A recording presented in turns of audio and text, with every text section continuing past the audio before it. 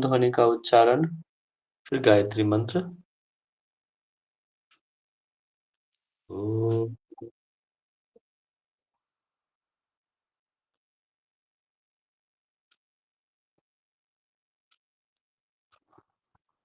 ओम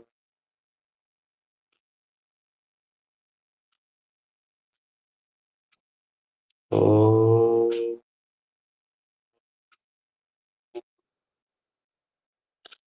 ॐ भूर्भुवस्वः तत्सवितुर्यवरेण्यं भर्गो देवस्य धीमहि धियो यो न प्रचोदयात्। लंबी गहरी श्वास लीजिए, लंबा गहरा श्वास छोड़िए। दोनों हाथों को जोड़ें, घर्षण करें, फेस पे लगाएंगे। हथेली के अंदर ही आंखों को बंद कीजिए, खोलिए। ओके, शुभ संध्या, सभी को प्रणाम। एक बार फिर से स्वागत है सभी को हठ पर दीपिका की इस व्याख्यान माला में। अभी तक जो भी हमने प्रथम उपदेश में पढ़ा है उसमें कोई प्रश्न है तो पूछ लीजिए। एक बार मैं फिर से रिकैप करा दे रहा हूं आपको कि जो जो हमने पढ़ा है, ठीक है। देखिए, सबसे पहले जो है स्वामी स्वात्माराम के द्वारा लिखा हुआ हठ प्रदीप का या फिर हठ योग प्रदीप का, दोनों एक ही बात है, वो हम देख रहे थे। इसके लेखक स्वामी स्वात्माराम है। यह हठ योग का ग्रंथ है और बहुत ही इम्पोर्टेंट है। इसमें चतुरंग योग की चर्चा करी गई है, जैसे कि बाकी आप हठ योगी ग्रंथ पढ़ेंगे, है ना। गुरक संहिता हो गया, ये सब वहाँ पे षडांग योग है। और घृण संहिता पढ़ेंगे, वहाँ सप्तांग योग है। और वशिष्ठ संहिता वहाँ ये सब चीजें आप अलग अलग जगह पे अलग अलग तरह के योग की वर्णन वहाँ किया गया है। पतंजलि योग सूत्र में अष्टांग योग की चर्चा है। यहाँ पे हठ प्रदीपिका में चतुरंग योग की चर्चा है, क्योंकि यहाँ पे 4 अंग बताए गए हैं योग का। पहला है आसन, दूसरा है प्राणायाम, तीसरा मुद्रा, चौथा नादानुसंधान। इसीलिए इसको चतुरंग योग कहा गया है। टोटल 5 चैप्टर है। यहाँ पे चैप्टर्स को उपदेश कहा गया है, अध्याय को उपदेश कहा गया है। प्रथम उपदेश, द्वितीय उपदेश, तृतीय उपदेश, चतुर्थ उपदेश और पंचम उपदेश। बट हमें एग्जाम दृष्टिकोण से, एग्जाम के पॉइंट ऑफ व्यू से 4 ही उपदेश पढ़ना है, ठीक है। आसन, कुंभक, मुद्रा और नादानुसंधान। 5वां है योग चिकित्सा। योग चिकित्सा से प्रश्न ही पूछे जाते हैं, वो हमें नहीं पढ़ना है। अगर प्रश्न हो तो टोटल 5 अध्याय है, 5 उपदेश है, बट 4 ही हमें पढ़नी है, इसलिए इसको चतुरंग योग कहते हैं। इसकी जो रचना काल है वो 14 से लेके 16वीं शताब्दी के बीच रहा है। और प्रथम उपदेश में हमें साधक बाधक तत्व, आसन के बारे में, मिताहार, विपत्य अपत्य आहार के बारे में पढ़ेंगे। द्वितीय उपदेश में कुंभक और षटकर्म के बारे में पढ़ेंगे। तृतीय उपदेश है मुद्रा, कुंडलिनी जागरण के बारे में पढ़ेंगे। चतुर्थ उपदेश नादानुसंधान और पंचम उपदेश है योग चिकित्सा। ठीक है, तो अभी तक हमने जो पढ़ा है वो प्रथम उपदेश में साधक बाधक देख लिए। 33 गुरुओं के भी नाम हमने देखा है। अच्छा बताइए, यहाँ पे कोई है जो 33 गुरुओं के नाम याद है? 33। Yes sir. हाँ सुरभि जी, सुनाइए आप, थोड़ा देख लें। वीडियो ऑन करके सुनाना है। प्लीज सर, एक मिनट।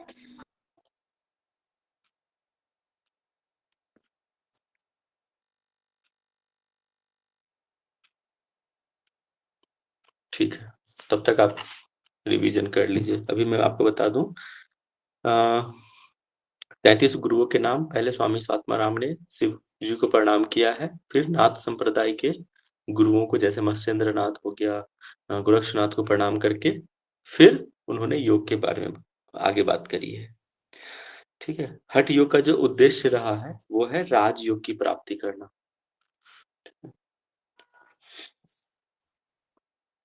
इसके बाद इसमें एक चीज छूट गया था, वो था यम नियम। वो एक्चुअली श्लोक के अंदर नहीं है, ठीक है, बाहर है, बट उसको भी हम देखेंगे, क्योंकि आज का जो लेक्चर रहेगा उसमें वो इम्पोर्टेंट है उसको जानना, है ना। सिद्धासन आज हम पढ़ेंगे, उसमें फिर वो इम्पोर्टेंट है। ठीक है, इसके बाद हमने आसन देखा था।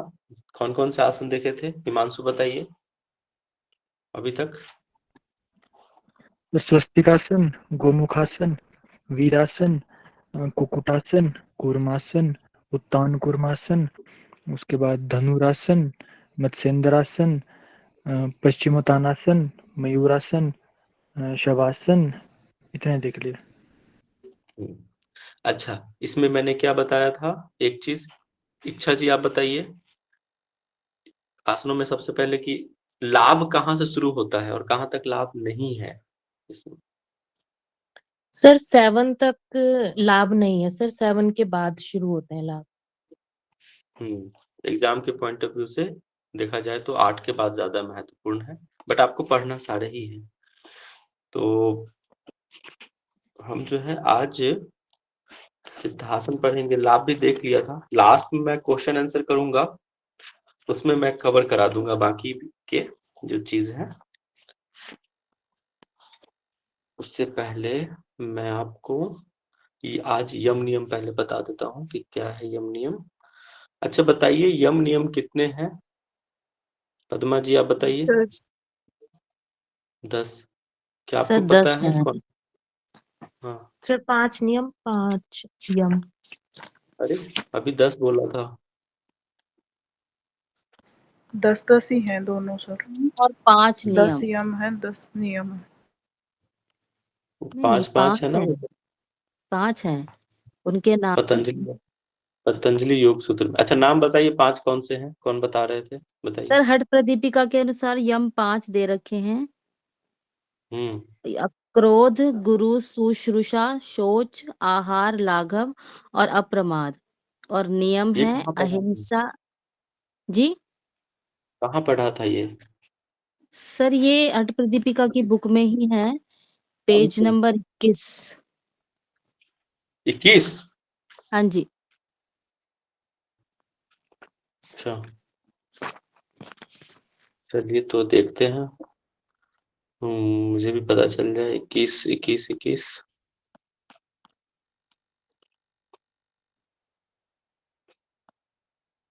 प्रस्तावना पेज में। पेज 21 है ना। नाम बताइए आप अपना, कौन बात कर रहा है? पद्मा। हाँ पद्मा जी कहाँ है?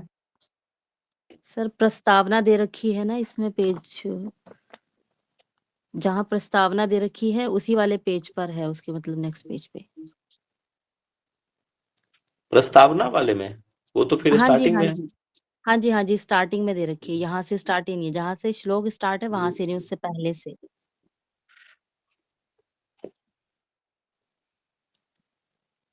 सर प्रस्तावना हमारी बुक में तो अलग अलग दिया है नियम, 10 यम दिया है अलग। मुझे जी सर। चलो ठीक है, वो हम देखेंगे। देखिए इसमें जो है ना 10 यम है, 10 नियम है, ठीक है। वो मैं आपको पहले बता देता हूँ, 10 नियम और 10 यम कौन कौन सा है।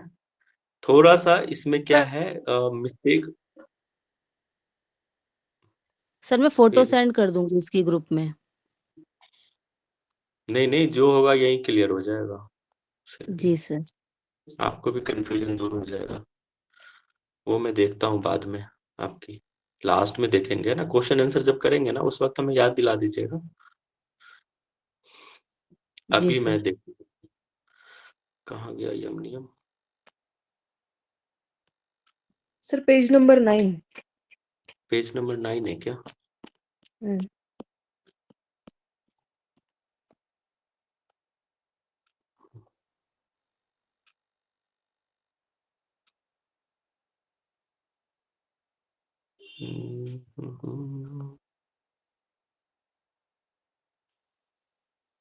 जी सर, इसमें भी बता रखा है यम 10 और यह नियम भी 10, बट उसमें इस वाले पहले वाले पेज में भी बता रखा है, 5 यम दे रखे हैं इसमें पीछे।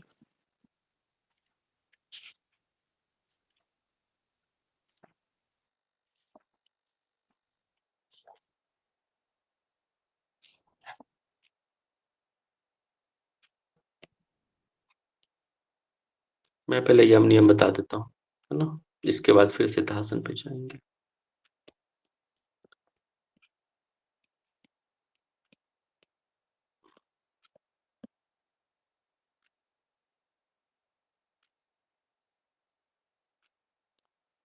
वो एक्चुअली श्लोक में नहीं है, है ना, वो बाहर से है, बट क्या है ना कि कभी कभी, हाँ देखो ये यहाँ आ गया, दिख रहा है सबको?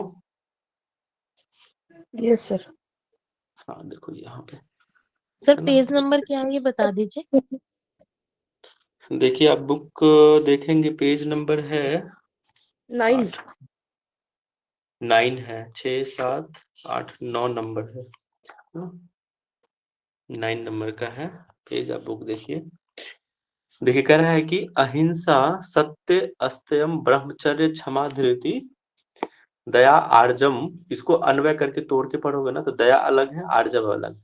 मिताहार, शौचम, चैव, यमादस, 10 यम बताया गया है, ठीक है। ध्यान रखना, यम में क्या है, अहिंसा है, सत्य, अस्त्य, ब्रह्मचर्य, क्षमा, धृति, दया, आर्जव, मिताहार, शौच, ये 10 टोटल यम हो गया।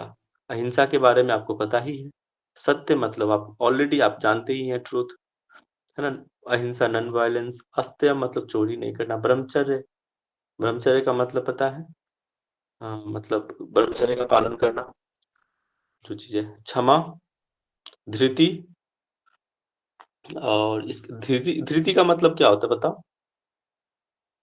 धैर्य सर। धैर्य, ठीक है। दया, आर्जव का मतलब क्या होता है बताइए? सरलता, है ना, लिख लीजिएगा ये सब चीजें। आर्जव का मतलब होता है सरलता। इसके बाद मिताहार पता ही है ना, शौच, ये 10 हो गए यम। यम क्लियर है। अब हम आते हैं नियम पे। तप, संतोष, आस्तिक्यम, दान, ईश्वर, ये अन्वय करके पढ़ोगे ना तो अलग अलग, दान और ईश्वर पूजन अलग है। सिद्धांत,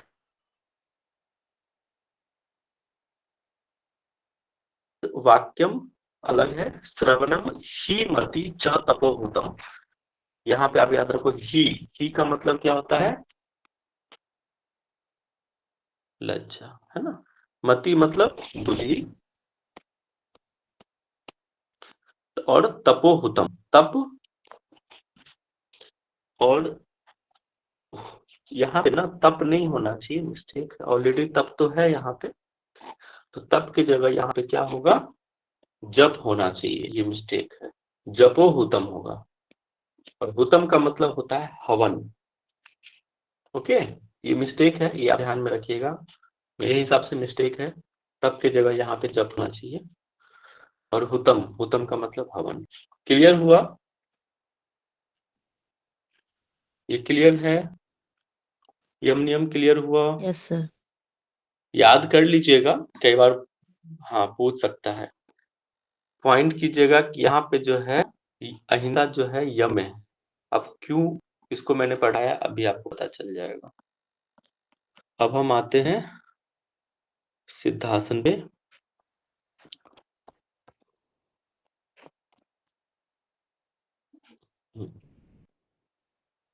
सिद्धासन पे आते हैं, ठीक है। सिद्धासन से पहले सब क्लियर था ना सबका? सिद्धासन से पहले क्लियर था सबका? कोई बता दो। ठीक है, जी सर। अब देखिए,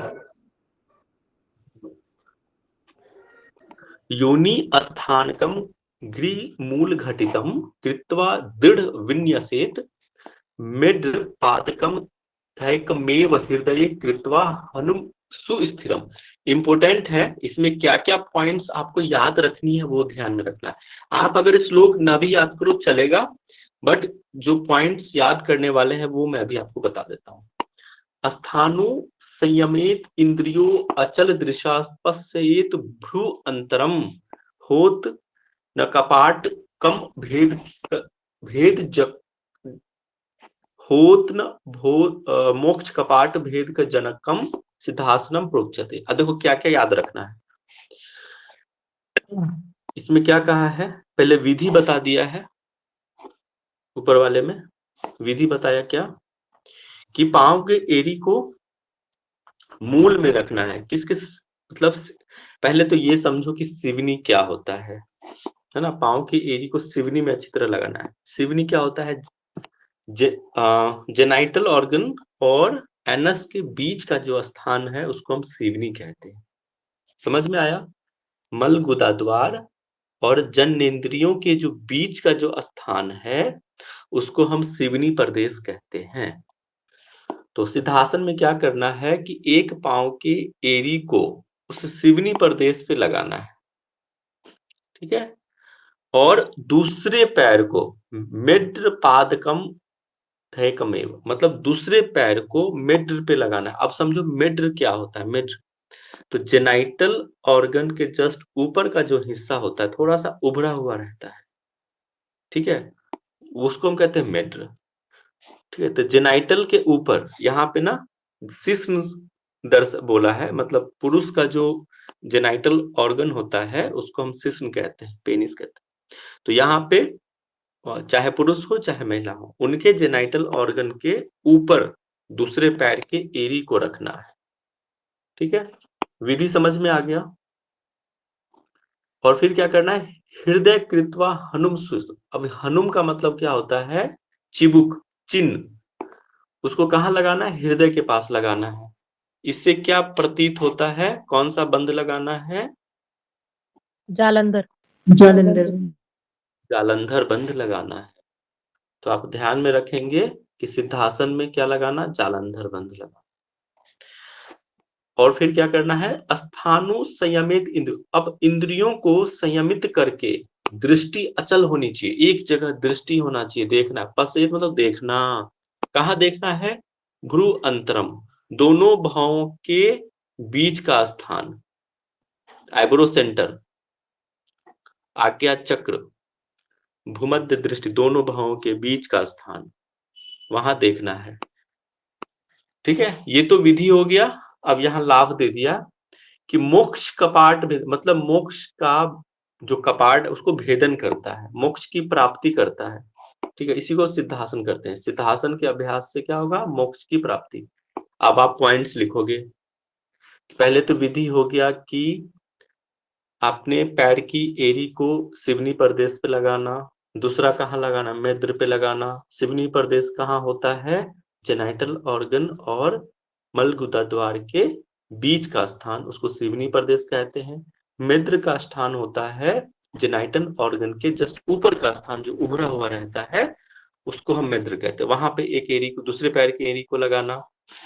इसके बाद जालंधर बंध लगाना है और इंद्रियों को संयमित करके भूमध्य दृष्टि वहां पे रखना है, भावों के बीच देखना है। ठीक है, जालंधर बंध और दृष्टि कहाँ पे? दृष्टि से भी प्रश्न पूछ देता है, तो भूमध्य दृष्टि, दोनों भावों के बीच देखना है। लाभ हो गया, मोक्ष कपाट का भेदन करता है, इसी को सिद्धासन कहते हैं। क्लियर हुआ सिद्धासन? पहले ये बताइए, ये श्लोक क्लियर हुआ 35? सर हनुम का ठुड्डी, हनुम का मतलब ठुड्डी, मतलब चिन्ह को लगाते हैं हृदय प्रदेश में, इसलिए यहाँ पे जालंधर बंध लगाना है। और कोई क्लियर है? सर लास्ट सिद्धांत फिर से बता देना। यहाँ होत न मोक्ष कपाट भेद जनक, मतलब मोक्ष के कपाट का भेदन करता है सिद्धासन के अभ्यास। सिद्धासन का अभ्यास करने से क्या होता है? मोक्ष की प्राप्ति होती है, मोक्ष का द्वार का भेदन करता है। ठीक है, ये लाभ हो गया ना, मोक्ष देने वाला है ये सिद्धासन। इसलिए तो यहाँ पे कहते हैं कि बहुत ये सारे ही आसनों में श्रेष्ठ आसन माना जाता है सिद्धासन को। और कहते हैं कि सिर्फ सिद्धासन करने से ही योगी को सिद्धि प्राप्त हो जाती है। ठीक है, ऐसा कहा गया है, केवल सिद्धासन करने से। ठीक है, क्लियर है? हम आगे बढ़ते हैं। कोई पूछना हो तो आप लास्ट में पूछ लेना। अब यहाँ पे कह रहा है कि दूसरे मतों के अनुसार, मतलब किसी अन्य ग्रंथ में या कोई अदर जो योगी हुए हैं उनके मतों के अनुसार क्या कहा गया है यहाँ पे कि मिड्र द उपरी विन्यासस्य सव्यम गुल्फम तथोपरि गुल्फांतरम न निक्षिप्य सिद्धासन मिलभत। कि शिश्न के ऊपर, ये वैसे इंपॉर्टेंट है नहीं, आप इसको स्किप कर सकते हो, मेन तो एक्चुअली यही था 35, आप उसको ध्यान में रखना। हाँ, ये इंपॉर्टेंट है, वेरी वेरी इंपॉर्टेंट।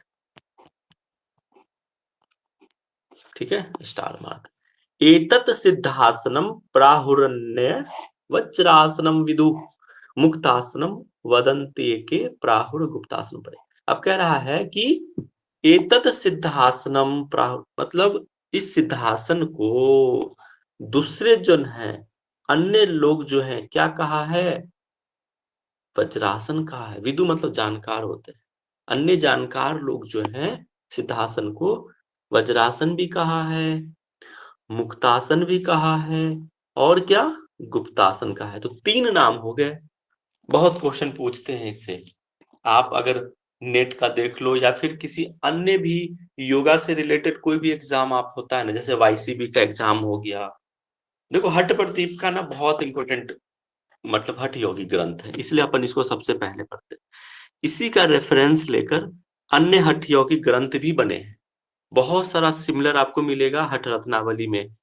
जब आपको मैं हठ रत्नावली पढ़ाऊंगा तो लगेगा कि सर ये तो 50, 60, 70% जो है हठ प्रदीप का ही है, बहुत कॉपी किया हुआ है। आप कुछ ग्रंथ संहिता भी पढ़ेंगे तो थोड़ा बहुत वहां भी मिलेगा आपको हठ प्रदीप का कुछ चीजें। ठीक है, जैसे प्राणायाम हो गया, बहुत चीजें मिलेगी, सटकर्म हो गया, कुछ आसन भी मिल जाएंगे। तो ऐसे आपके बहुत सारे हठ योगी ग्रंथ में इस हठ प्रदीपिका का कॉपी किया हुआ है, इसलिए इस हठ प्रदीपिका को आप अच्छे से पढ़िए। और बहुत क्वेश्चन आता है, इस बार तो नेट में बहुत क्वेश्चन था हठ प्रदीपिका से, जो लोग दिए होंगे उनको पता होगा, और आने वाले समय में भी पूछा जाएगा बहुत क्वेश्चन। अन्य बाकी भी जो योगा से रिलेटेड एग्जाम होंगे वहां भी हठ प्रदीपिका बहुत इंपॉर्टेंट है। ठीक है जी। तो इसके अन्य नाम कौन कौन सा हो गया, सिद्धासन के अन्य नाम हो गया वज्रासन, मुक्तासन और गुप्तासन, 3 अन्य नाम हो गए। ठीक है, ये स्टार मार्क कर लीजिएगा, वेरी वेरी इंपॉर्टेंट। अब आते हैं यमेशवीव मिताहारा। अब आपको समझ में आएगा कि मैंने आपको क्यों यम नियम पढ़ाया है।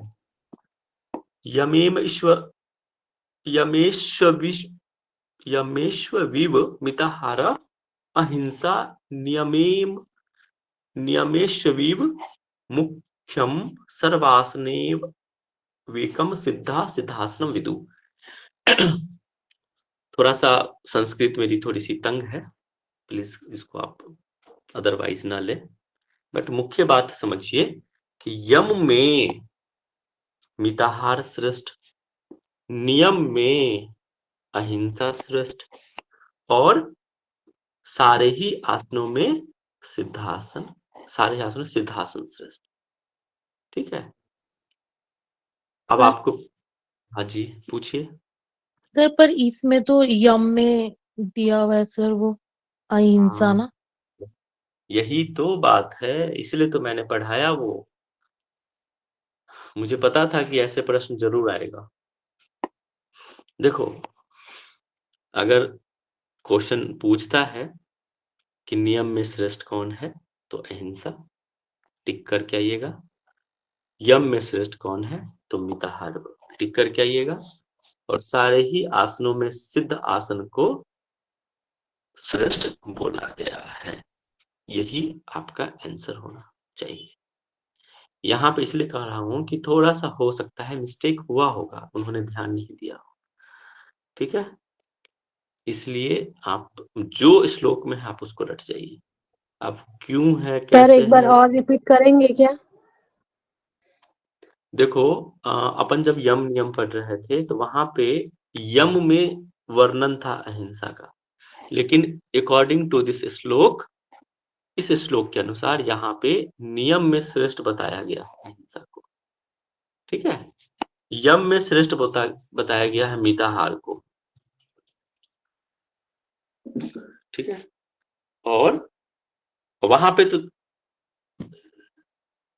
यम में है मिताहार 10 जो अपन पढ़े थे, यहाँ तो ये तो ठीक है। लेकिन अहिंसा जो है वो भी यम में आता है, लेकिन अगर आपसे पूछ दे कि श्रेष्ठ कौन है यम, तो अहिंसा ही आएगा। और आसनों में श्रेष्ठ कौन है? सिद्धासन। क्लियर हुआ? क्लियर जी हुआ? सर। अब क्यों है कहते हैं, अब इस पे डिस्कशन नहीं करते हैं। अब जो श्लोक में है उसको आप रट जाइए।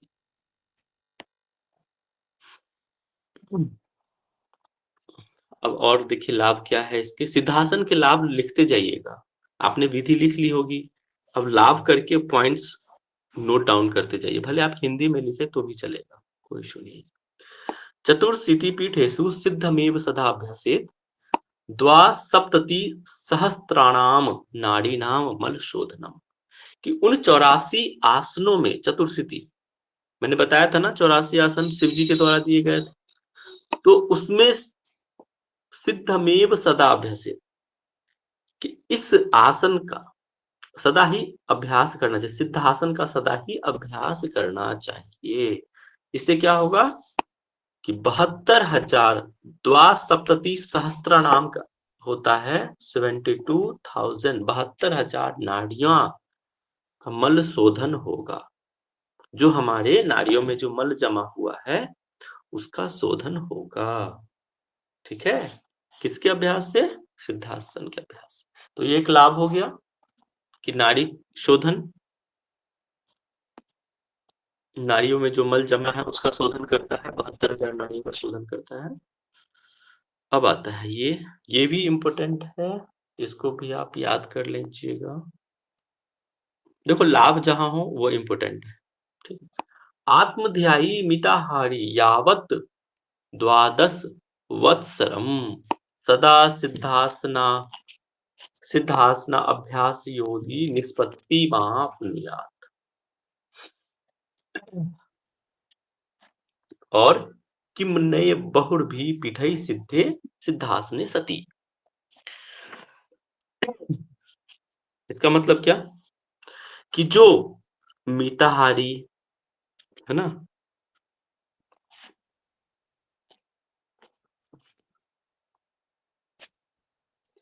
जो आत्मा का ध्यान करता है, मिताहारी का मतलब मिताहार को पालन करता है, प्रॉपर उसका डाइट होना चाहिए, परिमित डाइट होना चाहिए। कब तक? 12 वर्षों तक। 12 वर्षों तक जो साधक नियमित रूप से आत्मा का ध्यान करे, मिताहारी हो, ठीक है, सदा सिद्धासन का अभ्यास करे, उसको क्या मिलेगा? निष्पत्ति अवस्था की प्राप्ति होगी। निष्पत्ति अवस्था 4 अवस्था होती है, किसी को पता है 4 अवस्था? चलो मैं एक बता देता हूं, वैसे तो एक है, एक निष्पत्ति अवस्था है, परिचय अवस्था, आरंभावस्था, बाकी घटावस्था। निष्पत्ति अवस्था, परिचय अवस्था, निष्पत्ति अवस्था। ठीक है, बहुत बढ़िया। तो ये 4 अवस्थाएं होती हैं, आरंभावस्था, घटावस्था, परिचय अवस्था और निष्पत्ति अवस्था। सबसे अंतिम जो है वो होता है निष्पत्ति अवस्था। तो सिद्धासन के अभ्यास करके आप निष्पत्ति अवस्था को प्राप्त करोगे। सबसे अंतिम अवस्था है निष्पत्ति अवस्था, कह सकते हैं एक प्रकार की समाधि की अवस्था है ना। और जो सिद्धासन का अभ्यास करता है उसको किम ने बहुविपिठ है, मतलब किसी अन्य आसन की आवश्यकता नहीं है, किसी अन्य आसन की अभ्यास की आवश्यकता नहीं है, यही कह रहा है। अभी थोड़ी देर पहले मैंने यही बताया ना कि जो सिद्धासन के अभ्यास से योगी को सिद्धि प्राप्त हो जाएगी, और कहा गया है कि उसको किसी भी अन्य आसन करने का आवश्यकता नहीं है। चलो एक बार मैं फिर से इसको रिवाइज कर देता हूं।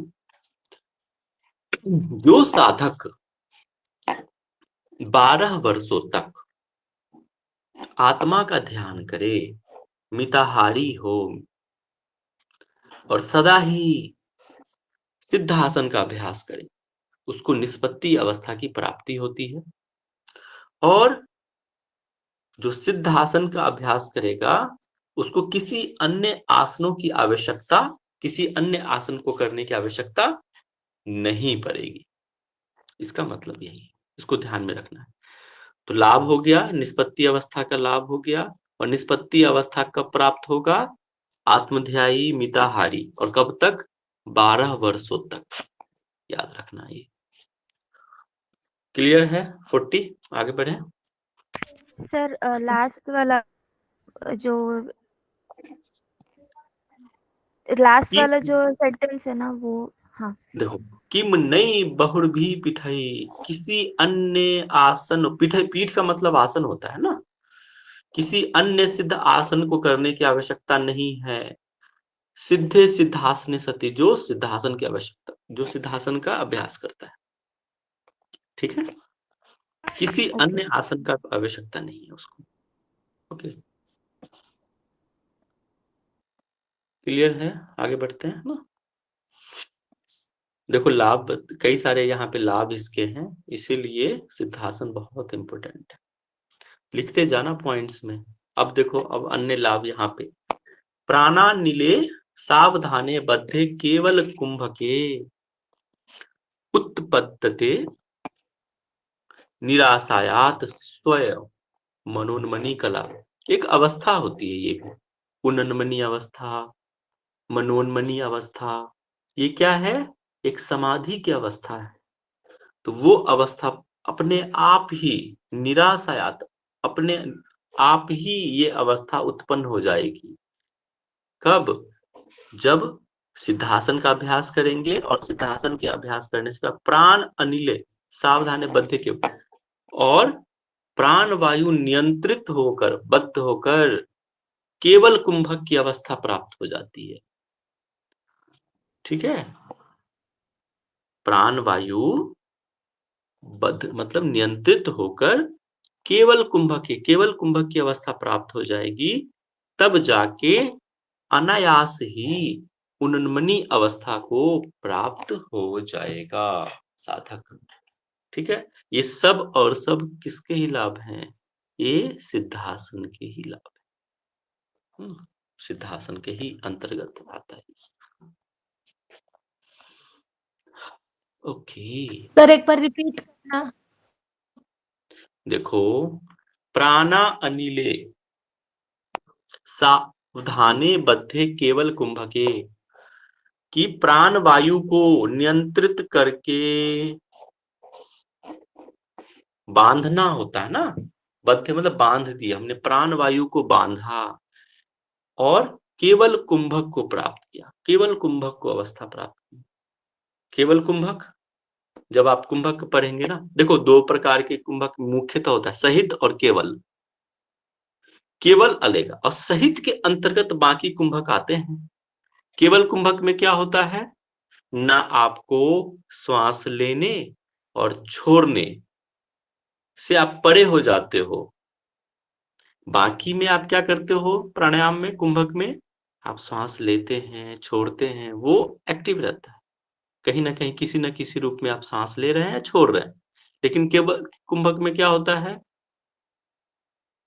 नियंत्रित हो जाता है आपके प्राण वायु पे, और ना ही सांस आना और जाने पे आप वो रहते फोकस है, मतलब उससे परे हो जाते हैं, श्वास लेने और छोड़ने से परे हो जाते हैं, उसको कहते हैं केवल कुंभक। तो जब आप केवल कुंभक की अवस्था को प्राप्त करेंगे, तब जाके अनायास ही क्या होगा? उन्मनी अवस्था, मनोन्मनी अवस्था प्राप्त होगा, उत्पन्न होगा आपके अंदर, साधक के अंदर। क्लियर है? 41 सर केवल कुंभक क्या हुआ? उसमें श्वास ले रहे हैं। अभी तो बताया ना, केवल कुंभक। देखो 2 कुंभक होते हैं, एक तो सहित और केवल कुंभक। आप जब घेरण संहिता पढ़ेंगे ना, वहां पे इसके बारे में और डिटेल में दिया हुआ है। सहित कुंभक, केवल कुंभक। सहित कुंभक के अंतर्गत बाकी के कुंभक आते हैं। केवल कुंभक एक अपना अकेला होता है। कि बाकी के कुंभक में क्या होता है? प्राणायाम में क्या होता है? आपके श्वास लेने और छोड़ने पे रहता है कि किसी न किसी रूप में आप श्वास ले रहे हैं और सांस छोड़ रहे हैं, लेकिन केवल कुंभक में आप उससे परे हो जाते हैं। केवल कुंभक में न सांस आना न जाने, इससे बहुत परे हो जाते हैं, उस पर कंट्रोल हो जाता है प्राणवायु पे आपका केवल कुंभक पे। ना आप लेते हैं ना छोड़ते हैं, उससे परे हो जाते हैं। और वो अवस्था जब आती है ना, उस वक्त समझो कि समाधि की अवस्था प्राप्त होती है, उस वक्त उन्मनी अवस्था प्राप्त होता है। लेकिन तुरंत केवल कुंभक नहीं लगता, हम लोग केवल कुंभक नहीं लगाते हैं। और वैसे देखा जाए तो हम लोग प्राणायाम अच्छे ढंग से भी नहीं करते हैं, श्वासायाम करते हैं, हमारा प्राणायाम पे भी कंट्रोल नहीं है। ठीक है, आप अगर अच्छे से नाड़ी शोधन कर लिए वही बड़ी बात है। ओके, क्लियर है, आगे बढ़े। ठीक है, लास्ट में पूछ लेना, है ना, कोई दिक्कत नहीं है। अभी भी अगर कंफ्यूजन है तो लास्ट में आप पूछ लेना।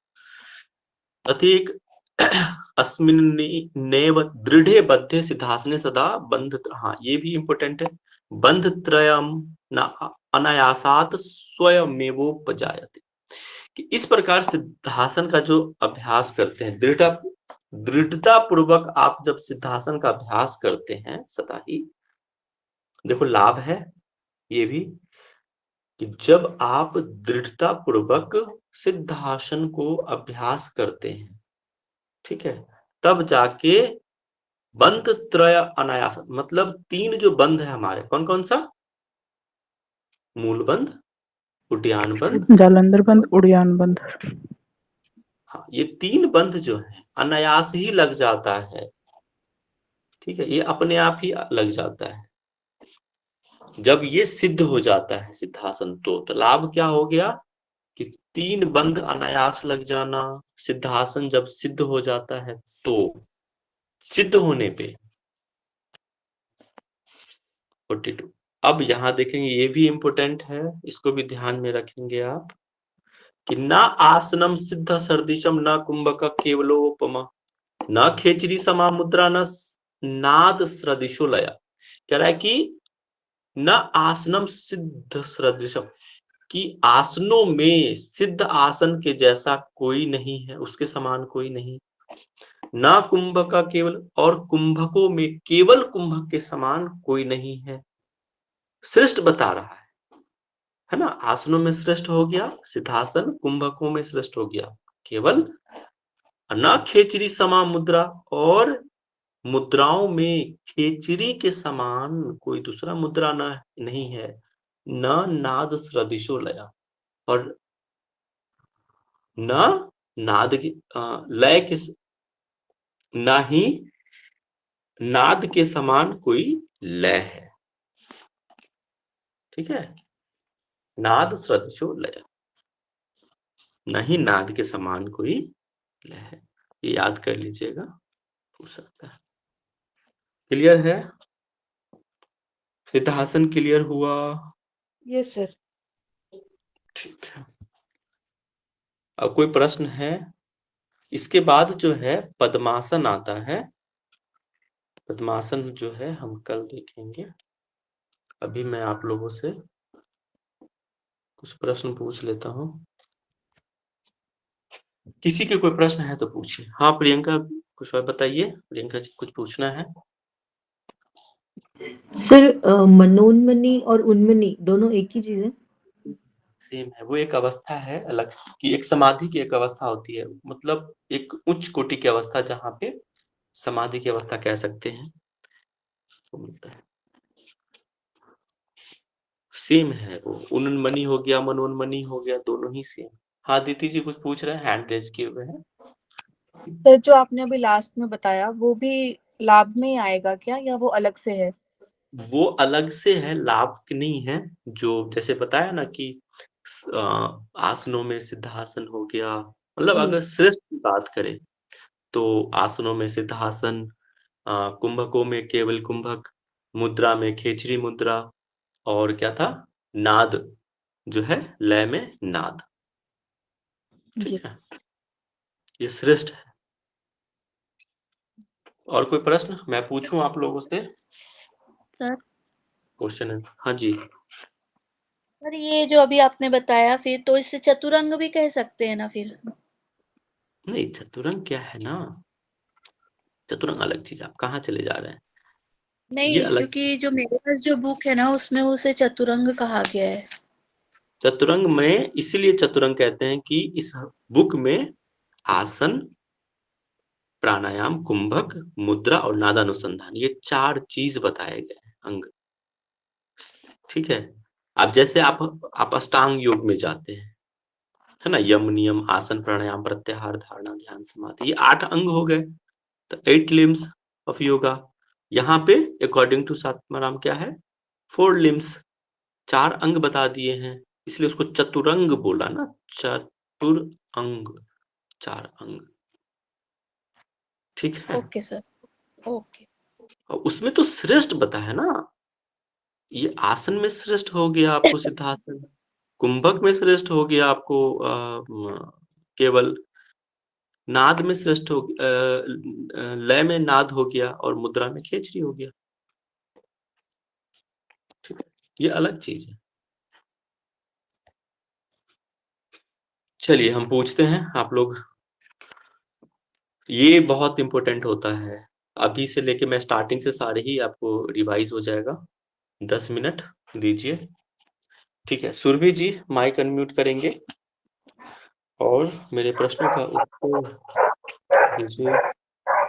ठीक है, हठ प्रदीप का के लेखक कौन है, टाइप कीजिएगा बाकी लोग।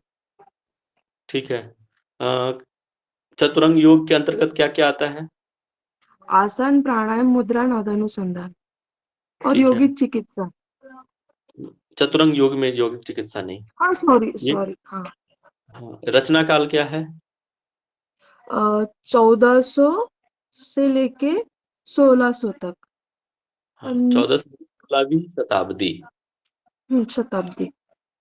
हाँ, अब हिमांशु जी भी लिखते हैं कि हाँ ठीक है, 1350 से लेके 1550। ओके, प्रियंका जी बताएंगे।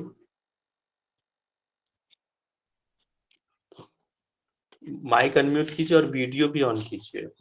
ठीक है, आपका समझ लो इंटरव्यू हो रहा है, नमस्ते सर। नमस्ते नमस्ते। चलिए आप बताइए, साधक तत्व कौन कौन से हैं? साधक उत्साह, साहस, धैर्य और तत्व ज्ञान, निश्चय, जनसंघ, परित्याग। ठीक है, बाधक तत्व कौन कौन सा है? योगेश जी आप बताइए। Thank you Priyanka ji.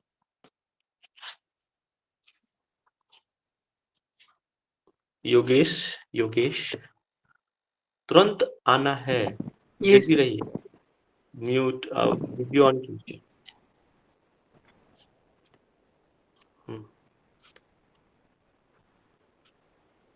बताइए।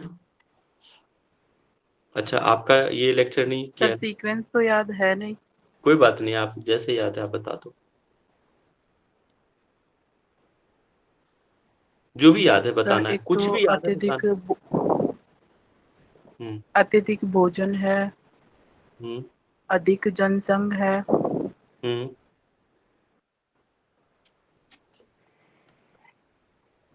और ध्यान नहीं आ रहा। मन की चंचलता, नियमाग्रह, प्रजल्प, प्रयास। कोई बात नहीं है, कोशिश करनी है। सुरभि जी श्लोक सुनाइए तो। सर कौन सा? अच्छा, आपसे पूछ लिया ना, नहीं आप हो गया। आप बाकी लोग टाइप कीजिए, बाकी लोग को टाइप करना है। लक्की जी आप बताइएगा, आसन के लाभ, आसन के क्या लाभ है?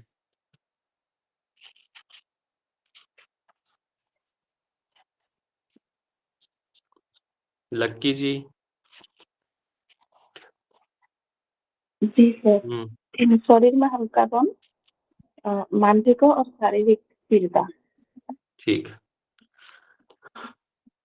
दीपाली जी माइक अनम्यूट कीजिए। जी सर। आप बताइए, वीडियो भी ऑन करना है। सबसे पहले स्वामी स्वात्माराम ने किसको प्रणाम किया है? श्री आदिनाथ गुरु जी को, उसके बाद मत्स्येंद्र नाथ जी को और फिर गोरक्षनाथ जी को। ठीक है, थैंक यू। अशरफ, आप बताएंगे 33 गुरुओं के नाम? जी सर। श्री आदिनाथ मत्स्येंद्र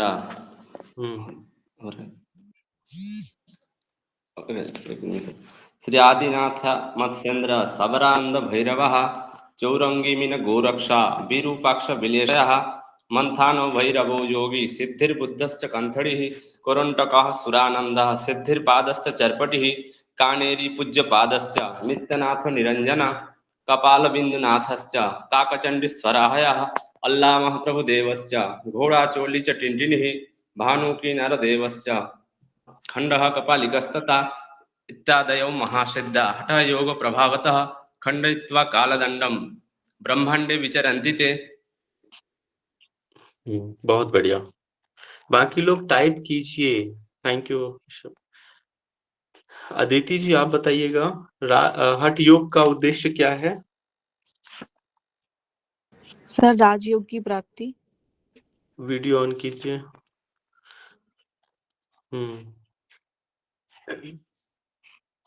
अच्छा, आप ये बताइए 15 जो आसन है, याद है 15 आसनों के नाम? सर, ट्राई कर सकती हूँ। हाँ, बताइए। स्वस्तिक आसन, गोमुख आसन, कुक्कुटासन, कूर्मासन, उत्तान कूर्मासन, धनुरासन, मत्स्येंद्रासन, पश्चिमोत्तानासन, शवासन, सिद्धासन, पद्मासन, भद्रासन।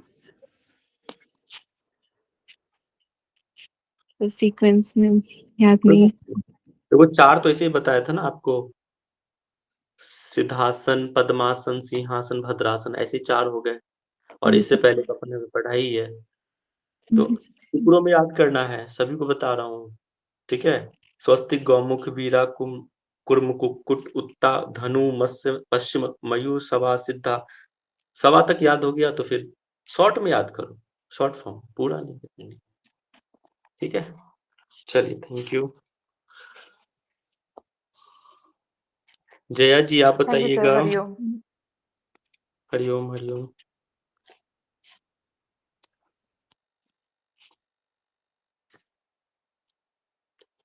हठ जो मठ होना चाहिए, जो योगी के जो मठ हैं वो कहाँ होना चाहिए?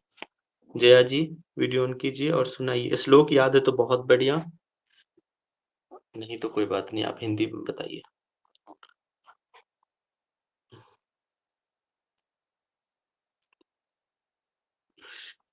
सर बताइए। सर मठ, ये सर श्लोक तो नहीं याद है। कोई बात, हिंदी बताइए।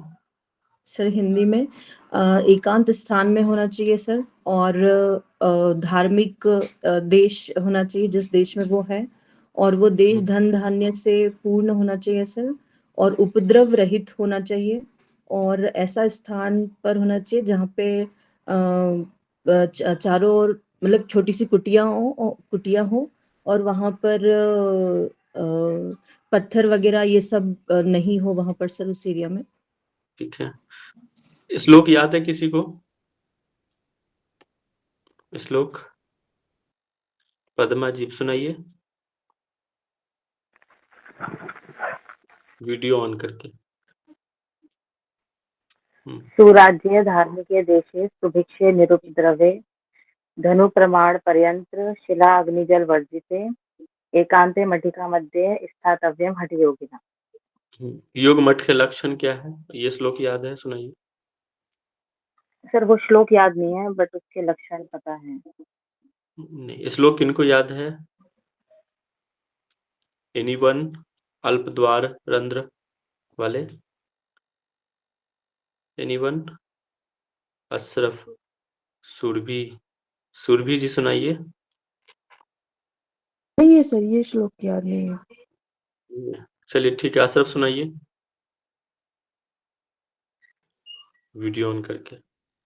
अल्पद्वारमरन्ध्रगर्तविवरं नात्युच्च निचायतं सम्मग्गोमय सान्द्रलिप्तममलं निःशेषितजन्तुज्झितं बाह्यमण्डपवेदकुपरुचिरं प्रकारसंवेष्टितं प्रोक्तं युगमठस्य लक्षणमिदं सिद्धैर्हठव्यासिभिः। बहुत बढ़िया। साक्षी जी वीडियो ऑन कीजिएगा, बाकी लोग को भी याद करना है ना?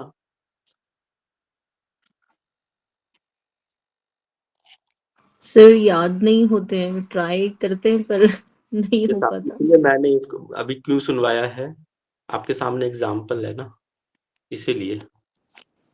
हरिओम सर। हरिओम जी। हाँ साक्षी जी आप बताइएगा स्वस्तिक नहीं आप रहने दीजिए, स्वस्तिक आसन छोड़ देते हैं। मत्स्येंद्र आसन के लाभ बताइए। मत्स्येंद्र आसन के लाभ, ठंड बहुत है क्या? यस सर, यूपी बलिया से हूँ। अच्छा यूपी साइड ठंड बहुत है, ठीक है। मत्स्येंद्र आसन के लाभ बताइए। जठराग्नि प्रदीप होती है।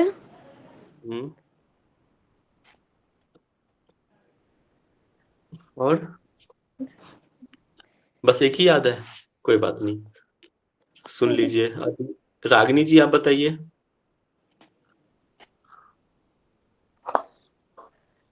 Sir Hariom sir.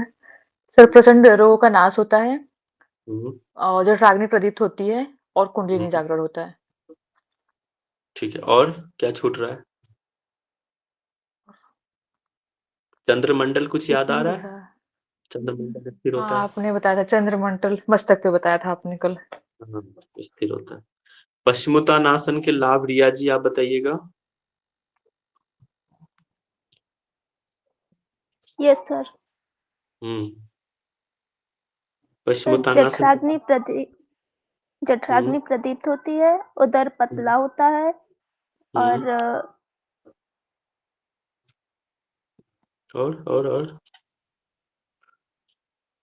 सर बस नहीं पता। बस है, कुछ तो छूट रहा है। पवन कहाँ जाता है? सर है दो और हैं, याद नहीं आ रहे सर। पवन कहाँ जाता है? वायु, प्राण प्राणवायु सुषुम्ना में प्रवाहित होती है। पश्चिम वाहिनम करोती है ना, पश्चिम में बताया था ना, सुषुम्ना में प्रवाहित होती है। Yes sir. ठीक है।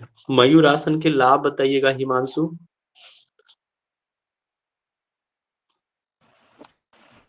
शस्त्रों को नाश करता है और उधर गुरु की समस्या दूर होती है और जठराग्नि इतनी प्रदीप्त रहती है कि जहर को बचा सकते हैं और अधिक और अच्छा भोजन भी पचा।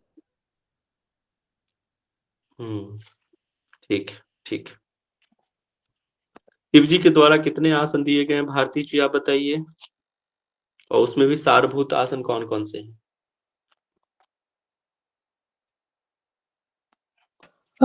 सर 84 वीडियो ऑन, 84 आसन बताया है।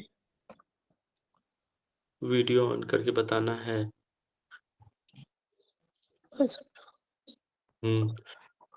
मैं क्यों कहता हूं कि आपका जो स्टडी का भी वो होना चाहिए। बहुत लोग लेट कर लेक्चर सुनते हैं, आराम से लेटे हुए रहते हैं, तो उसको भी ठीक करना है, इसलिए आदत डाल लीजिए। हाँ जी बताइए। सर 84 आसन बताया सर। और उसमें सारभूत आसन कौन कौन से हैं?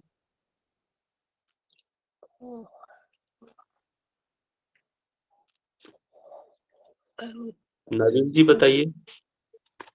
नवीन जी देखिए, अगर आप आंसर नहीं दे पाते हैं तो बाकी लोग जो आंसर दे रहे हैं उनको सुनिए। जी सर। हाँ जी बताइए नवीन जी। जी सर, शिव जी उसमें की सारभूत सर 4 आसन बताए हैं उसमें। कौन कौन से? सिद्धासन, पद्मासन, सिद्धम पद्म बद पद्मासन, वीरासन और एक सर कोई बोल रहे हैं। क्या गलत है मीनाक्षी जी बताइए, ठीक कीजिए।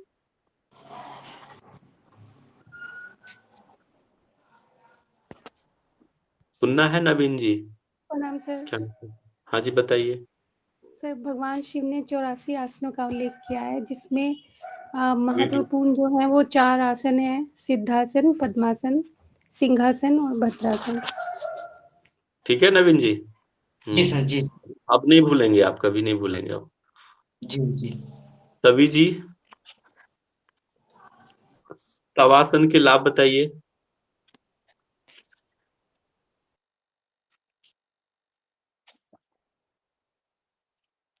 शवासन के लाभ बताइए। सभी कौन है? निशांत जी बताइए। निशांत जी जी बताइए वीडियो ऑन करके शवासन के लाभ। शवासन का तो अभी मैं पढ़ा नहीं सर, कल की क्लास। अच्छा, नहीं पढ़े हैं, ठीक है। कौन बताएगा? अमिता जी बताइए। अमिता जी, अमिता पुराने। सर ये थकान को दूर करता है और स्थिरता प्राप्त कराता है। ठीक है, ओके।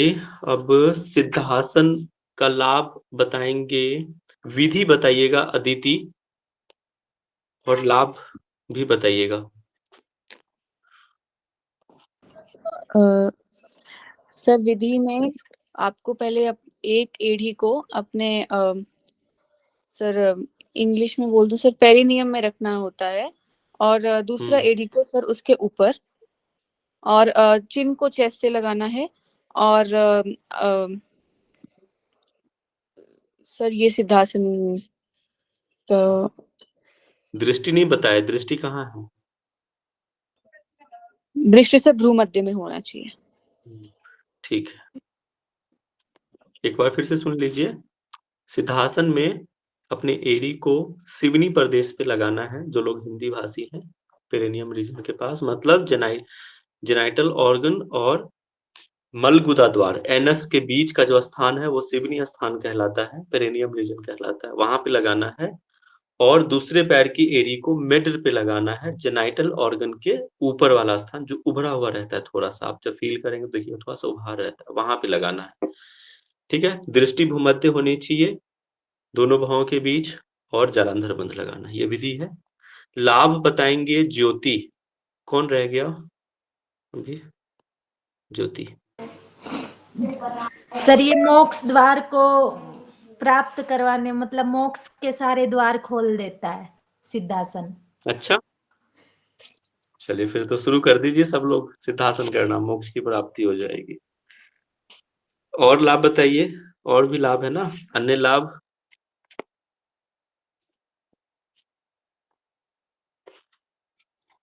अन्य लाभ क्या है?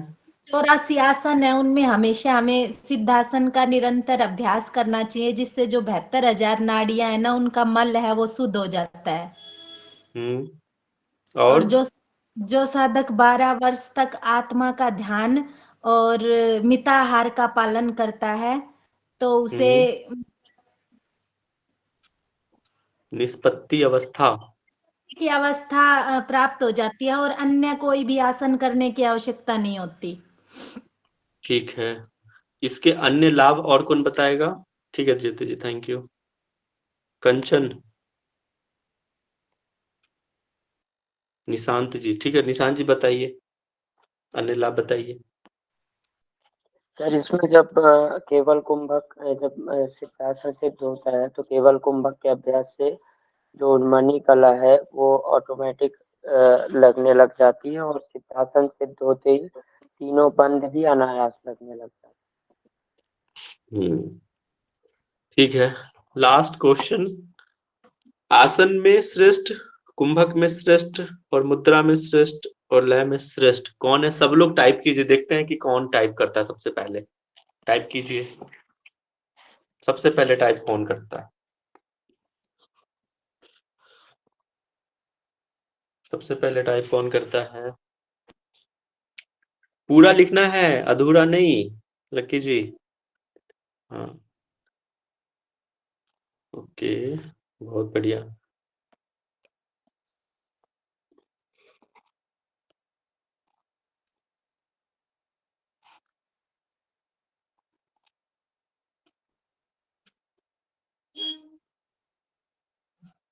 सुरभि जी सबसे पहले लिखे हैं। सुरभि जी आप बताइए। कुंभक में केवल कुंभक आसनों में सिद्धासन मुद्रा में खेचरी और नाद में लय। सूत्र श्लोक नंबर 43। बहुत बढ़िया। वीडियो ऑन करके बताना है। मेरे लेक्चर में हमेशा ध्यान रखना है वीडियो ऑन के साथ। ठीक है, अब एक साथ इतने हैंड रेज हो गए, शांति पाठ कर लेते हैं। आपका लेक्चर है अभी, आज मैंने थोड़ा सा टाइम ज्यादा ले लिया है, पूरा डिवीजन भी हो गया है हमारा। कल हम पद्मासन पढ़ेंगे। ओके, लंबी गहरी सांस लीजिए, छोड़िए। ओम मंत्र का उच्चारण, फिर शांति पाठ।